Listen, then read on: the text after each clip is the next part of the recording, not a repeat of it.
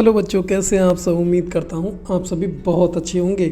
आप सभी का स्वागत है जारेडा ऑनलाइन क्लासेस में। आज हमारा है गणित का वर्कशीट और सप्ताह है हमारा दूसरा। सभी यहाँ पे सप्ताह दूसरा कर लेंगे। गणित विषय है और दीवार पैटर्न हमारा उपविषय है। दीवार पैटर्न के बारे में हम आज पढ़ेंगे, कैसे कैसे दीवार पैटर्न होते हैं, कैसे कैसे ये बनाए जाते हैं या ईंट की मदद से किस तरीके से ये बनाए जाते हैं। चलिए सबसे पहले क्वेश्चन नंबर 2 पे आ जाते हैं हम। क्वेश्चन नंबर पहले पे आएंगे, पहले करेंगे फिर दूसरा करेंगे। चलिए, नीचे दी गई आकृतियों में से कौन सा ईंट का आकार है, सही विकल्प पर चिन्ह लगाइए। आप सभी ने ईंट देख रखी है ना बच्चों। आप मुझे बताएंगे कि ईंट का आकार सबसे सही कौन सा है। क्या ऐसी होती है ईंट, ऊंची सी गोल सी डब्बे जैसी? क्या ऐसी होती है? नहीं, ऐसी भी नहीं, ऐसी भी नहीं। तो कैसी होती है ईंट? जल्दी से बताओ, इन दोनों में से कौन सा आंसर सही होगा। क्या आपको पता है ईंट कैसी होती है? आपने ईंट देखी है ना सबने बनती हुई। चलिए मैं बता दूं अगर आपको नहीं पता है तो।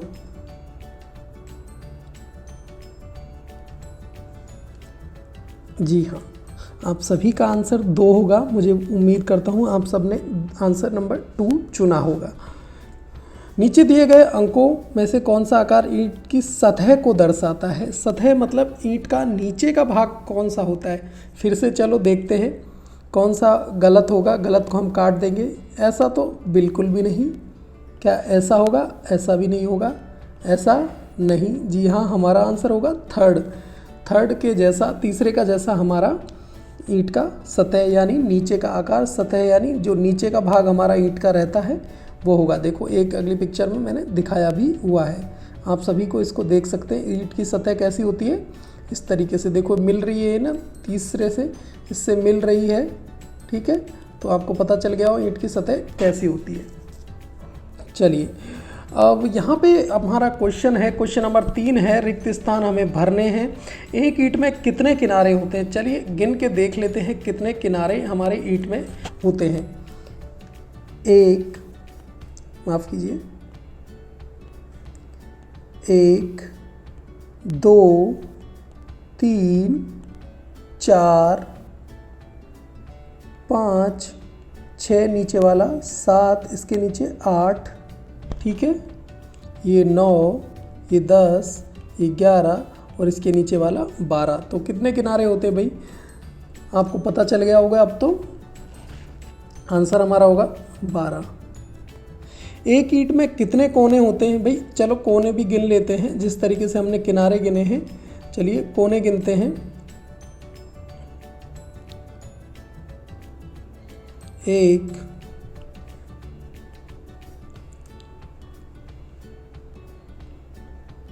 2, 3, 4 और 4 हमें जो दिख नहीं रहे हैं। ठीक है, ये हमारे 8 कोने हो गए हैं। सतह कितनी होती है? चलो सतह भी गिन लेते हैं।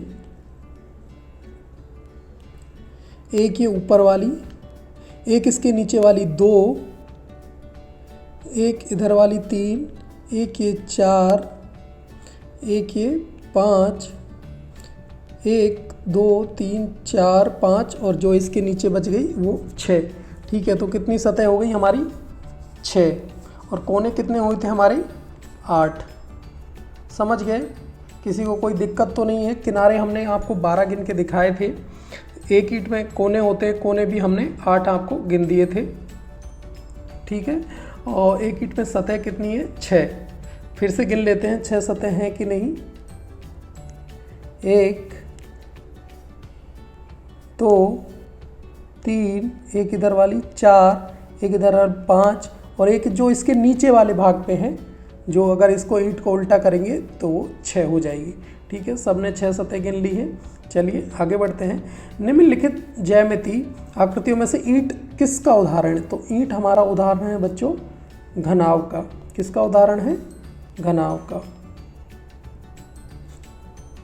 गोले जैसी ईंट नहीं होती है, बेलनाकार भी ईंट नहीं होती है, ना ही घटके जैसी होती है। तो कैसी होती है, घनाभ। अब चलो 5वां क्वेश्चन हमारा, आपने अपने आसपास ईंटों को देखा होगा। अब निर्देश अनुसार ईंट को बनाना भी है, आपको चित्र बनाना है। मैंने आपके लिए यहाँ चित्र बनाए हुए हैं, आप अपनी कॉपी में भी चित्र बना सकते हैं एक ईंट को देख के। ऊपर से देखने पर शीर्ष दृश्य ईंट का कैसी रहती है, ऊपर से अगर आप ईंट को देखेंगे तो ईंट हमारी कैसी रहेगी, इस तरीके की।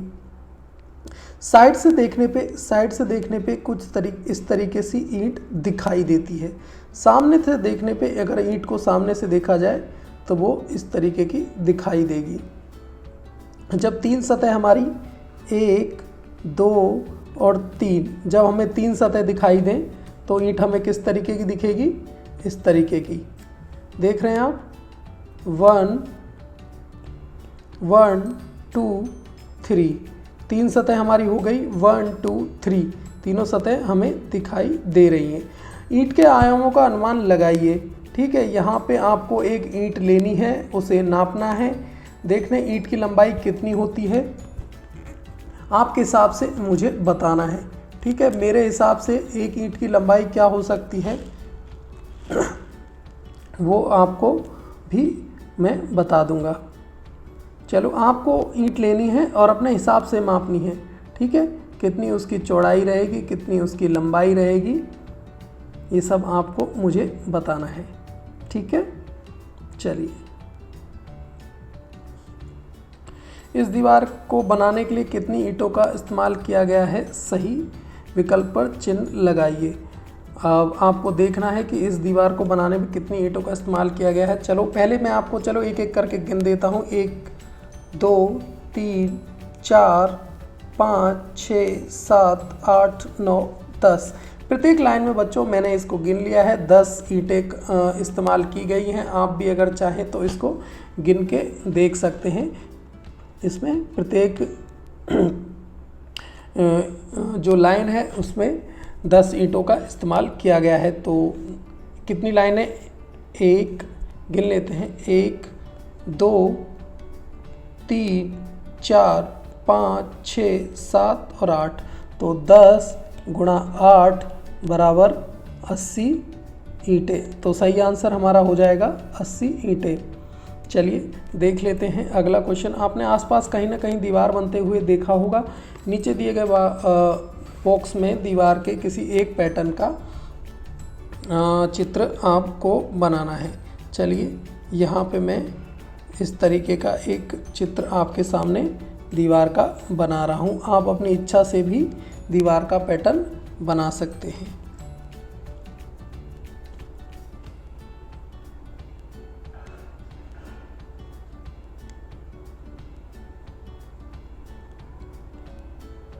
इस तरीके का दीवार का पैटर्न आप बना सकते हैं। अगले क्वेश्चन पे आते हैं। रजत और रीमा ईंटों के साथ दीवार निर्माण खेल रहे थे। जैसा कि नीचे दिखाया गया है, आपके अनुसार किसकी दीवार मजबूत होगी, उसका नाम लिखें। तो मेरे हिसाब से रजत की दीवार मजबूत होगी, क्योंकि इसकी दीवार को सपोर्ट ज़्यादा है। नीचे की जो ईंटें हैं वो ऊपर की ईंटों का सपोर्ट यानी कि भार झेल रही हैं अच्छे से। ऊपर की ईंटें भी दोनों तरफ बराबर, आधी बैलेंस, देखो आधा इसका इधर भाग है, आधा इधर है, यानी कि ये बराबर वजन, एक दूसरे का वजन झेल रही हैं। तो ये दीवार मजबूत ज़्यादा होगी। आपके हिसाब से किसकी दीवार ज़्यादा मजबूत है, मुझे ज़रूर कमेंट में बताएं। चलिए अब देख लेते हैं। हमारा नेक्स्ट है, बिल बनाना है और हमें समझना है। भाई ये जो है हमारा जीवन कौशल का इसमें ऐड हुआ है। दुकानों पर जाने और चीज़ों को खरीदने की क्रिया या गतिविधि को खरीदारी कहा जाता है। आपको पता है ना खरीदारी किसे कहते हैं। दुकान पे हमको जाते हैं और कोई चीज़ खरीदते हैं तो उसे खरीदारी कहा जाता है। सामान्य जीवन कौशल के लिए हमें ये सीखना बहुत ज़रूरी है। हमें ये सब को हमको खरीदारी वगैरह आना चाहिए कि किस चीज़ में हमें लाभ हो रहा है, कैसे चीज़ वो खरीदेंगे तो हानि होगी। लागत मूल्य, विक्रय मूल्य, लाभ और हानि सामान्य शर्तें हैं। मतलब ये चीज़ें हमें आनी चाहिए जो खरीदारी से संबंधित है। जब लागत मूल्य विक्रय मूल्य से कम होता है तो लाभ होता है। ठीक है, और तो लाभ होता है। और जब लागत मूल्य विक्रय मूल्य से अधिक होता है, ठीक है, यानी कि यहाँ मैं बता देता हूँ। यानी कि पहले तो हमने कोई चीज़ 10 रुपये में बनाई, ठीक ठीक है। बनाने की कॉस्ट लागत हमारी आई 10 रुपये, हमने बेचा उसको 20 रुपये में, ठीक है, 10 रुपये अधिक में, तो हमें 10 रुपये का लाभ हो जाएगा, ठीक है। ये तो हमारी हो गई लाभ वाली बात।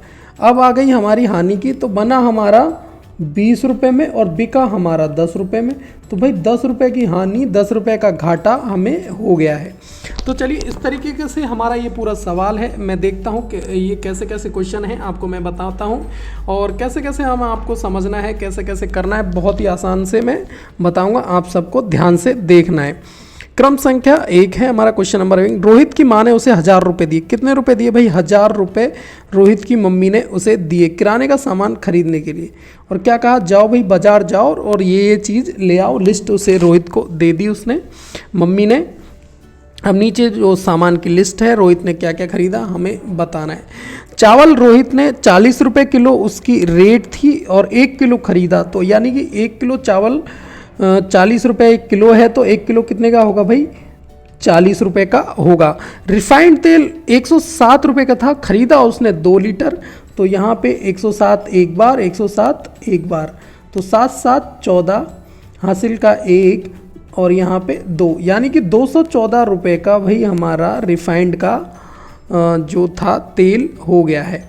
अब देखते हैं चीनी भाई थी 38 रुपये किलो और उसने खरीदी 2.5 किलो, तो 2.5 किलो चीनी 38 रुपये के हिसाब से कितना हो जाएगा? 38 तो 1, 38 2 और आधा यानी कि 19, तो यहाँ पे टोटल ये हो जाएगा 95 रुपये। तो कितने की छी भाई चीनी हमारी? 2.5 किलो 95 रुपये की हमको पड़ी। आप भी ऐसे जोड़ के देख सकते हैं। चलिए भाई, आटा था हमारा 35 रुपये किलो, 35 को भाई 5 किलो हमने लिया, 35 रुपये किलो था। देखते हैं कितने रुपए का हमको ये पड़ा आटा। 5 गुणा 5 यानी कि 25 हासिल का 2, 5 तिया 15, 15 2 17, यानी कि 175 रुपये का 5 किलो हमारा आटा था। चलिए आगे देख लेते हैं। चाय पत्ती थी हमारी भाई 164 रुपये किलो, खरीदी हमने आधा किलो, तो यानी 164 को भी हम आधा कर देंगे। 164 को जब आधा करेंगे तो वो कितना हो जाएगा भाई? 82, यानी कि 82 रुपये। राजमा 54 रुपये किलो था, 1.5 किलो हमने खरीदा, तो 54 के हिसाब से राजमा हो जाएगा हमारा 81 रुपीज़ का।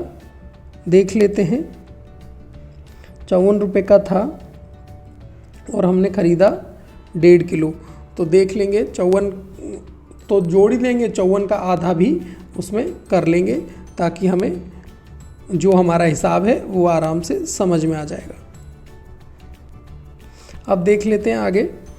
मिश्रित दाल 83 रुपये केजी थी, 3 किलो ली, तो 83 को यहाँ वैसे ही गुणा कर लेंगे 3 से, ठीक है। 3 तिया 9, 8 तिया 24, ठीक है, तो 249 रुपीज़ का हमारा मिश्रित दाल। टोटल इसको बच्चे अगर करेंगे तो ये टोटल हमारा हो जाएगा 936, ठीक है, टोटल हमारा हो जाएगा 936। रोहित के पास शेष कितना बचना चाहिए? रोहित की मम्मी ने उसे दिया था 1000 रुपये, उसने खर्च कितना कर दिया?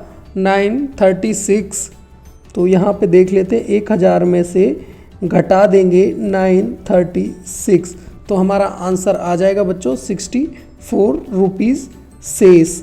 उसके पास कितने रुपए बचे? 64 रुपीज़ रोहित के पास शेष बचे। चलिए अगला क्वेश्चन हमारा। एक आदमी ने 10 किलोग्राम सेब 670 रुपये में खरीदे और उन्हें 810 रुपये में बेच दिया। बताओ कि वह लाभ में है या हानि में है और कितने रुपए का? ठीक है, हमारा उसने एप्पल खरीदे 670 में और बेचे कितने? 810 में, तो 810 माइनस 670 यानी कि 140 रुपये का भाई लाभ हुआ।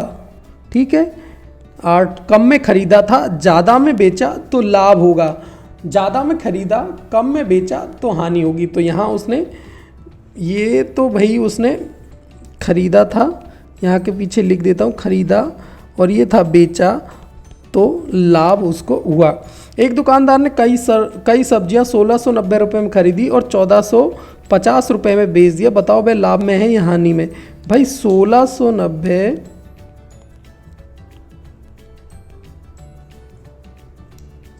एक सेकेंड, 1690 में तो उसने भाई खरीदी और बेची हमें कितने में, 1450 में। यहाँ मुझे तो घाटा लग रहा है, हानि लग रहा है। जल्दी से बता दो भाई, वीडियो को पॉज करो, कमेंट करके बताओ यहाँ लाभ है या हानि। तब तक मैं आपके लिए इसे देखता हूँ करके। 0 0 0, 9 में से 5 गया 4 और 6 में से 4 गया 2 और यहाँ 0। भाई उसे 240 रुपये की हानि हो गई। कितने की हानि, 240 रुपये की हानि हो गई है। तो समझ में आ गया बच्चों, क्योंकि उसने ज़्यादा में ख़रीदा था और कम में बेच दिया तो उसे कितनी हानि हो गई, 240 रुपये की हानि हो गई। लाभ हानि के बहुत ही आसान से सवाल थे, उम्मीद करता हूँ आपको बहुत अच्छे से समझ में आए होंगे। यदि किसी भी बच्चे को कोई दिक्कत आ रही है कहीं भी वो पूछ सकता है, बेझिझक पूछ सकता है। और thank you for your love and support. Video को ऐसे ही लाइक करते रहें, शेयर करते रहें, सब्सक्राइब करते रहें। उम्मीद करता हूँ आपने अभी तक सब्सक्राइब कर दिया होगा, सब्सक्राइब का लाल बटन दबा दिया होगा। जिसने भी अब तक सब्सक्राइब नहीं किया जल्दी से जल्दी सब्सक्राइब कर लें, क्योंकि इस तरीके से डेली वीडियोस आपके लिए मैं लाता रहता हूँ। वीडियो देखने के लिए आपका बहुत बहुत धन्यवाद। उम्मीद करता हूँ आपकी बहुत हेल्प हुई होगी।